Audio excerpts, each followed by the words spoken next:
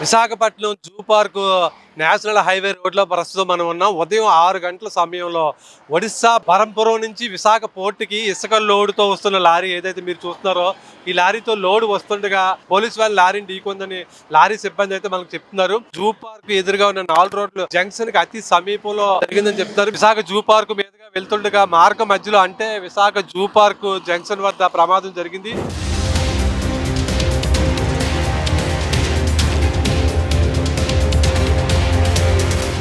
మీరు చూస్తున్నది Visakha city highway road. అంటే మనం జూ పార్క్ జంక్షన్ కి అతి సమీపంలో ఉన్నాం. జూ పార్క్ రోడ్డుకు రెండు వైపులా వాహనాలు అతి వేగంగా వెళ్తుంటాయి. మీరు ఒకవైపు పిఎం పాలెం, మధురవాడ, ఆనందపురం నుంచి వచ్చే ట్రాఫిక్.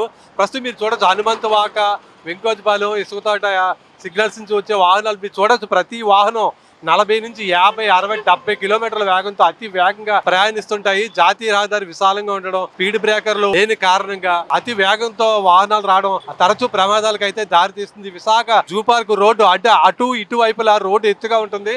అలా జూ పార్క్ 4 రోడ్ల జంక్షన్ వద్ద మాత్రం రోడ్డు పల్లంగా ఉంటుంది. దీంట్లో రెండు వైపులా వెహికల్స్ అతి వేగంగా వస్తాయి. జూ పార్క్ డౌన్ వచ్చేసరికి విపరీతమైన వాహనాలు వేగంతో అయితే ప్రయాణిస్తున్నాయి. ఇటు అధిక సంఖ్యలో సిటీ బస్సులు, కార్లు, ఆటోలు, ద్విచక్ర వాహనాలు అయితే అధిక సంఖ్యలో రోజు నిత్యం రేయింపు పగళ్ళు రాకపోకలు సాగిస్తుంటాయి. దీంతో ఇక్కడ ట్రాఫిక్ రద్దీ పెరగడమే కాకుండా విశాఖ జూ పార్క్ రోడ్ అంటే ప్రమాదాల హబ్ గా మారిపోయిందనే చెప్పాలి.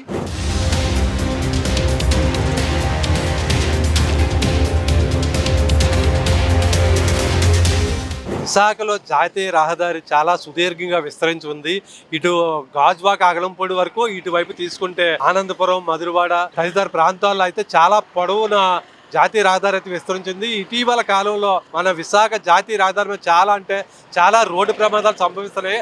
అధిక సంఖ్యలో వాహనదారులు చనిపోవడం, అలాగే గాయపడడం అయితే జరుగుతుంది. ఆసుపత్రులు చికిత్స పొందుతూ కూడా చాలా మంది అయితే చనిపోతారు. మీరు చూడొచ్చు ఇక్కడ జూ పార్క్ జంక్షన్ వద్ద ఉన్న ట్రాఫిక్ ఐలాండ్. ఇక్కడ ట్రాఫిక్ పోలీసు కనిపించడం, ట్రాఫిక్ గస్తీ లేదు. ఎందుకంటే విశాఖ ట్రాఫిక్ పోలీస్ విభాగంలో సిబ్బంది కొరత చాలా వరకు ఉందంటే, అందుకంటే చాలా జంక్షన్ లో అసలు కానిస్టేబుల్ ఉండట్లేదు. ఈ జాతీయ రహదారి ఆనుకొని ఉన్న హనుమంతవాక, ఇసుకతోట, వెంకోజపాలెం వద్ద తీవ్రమైన ట్రాఫిక్ రద్దీ నెలకొంటుంది.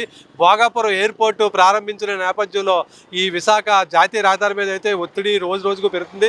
అలాగే ట్రాఫిక్ రద్దీ కూడా పెరుగుతుంది. ఇక్కడ వాహనాలు దాటుకొని రోడ్డు దాటడం అయితే చాలా క్లిష్టతరంగా ఉంటుందని మీకు చెప్పాలి. రోడ్డు దాటం అంటే పెద్ద సవాల్. ముఖ్యంగా వెంకోజపాలెం, ఇసుకతోట, హనుమంతవాక జంక్షన్ లో పాదచారులు రోడ్డు దాటం పెద్ద సవాల్ గా మారిందని చెప్పాలి. వీడియో జర్నలిస్ట్ ప్రేమ్తో శ్రీనివాస్, VB7 టీవీ, విశాఖపట్నం.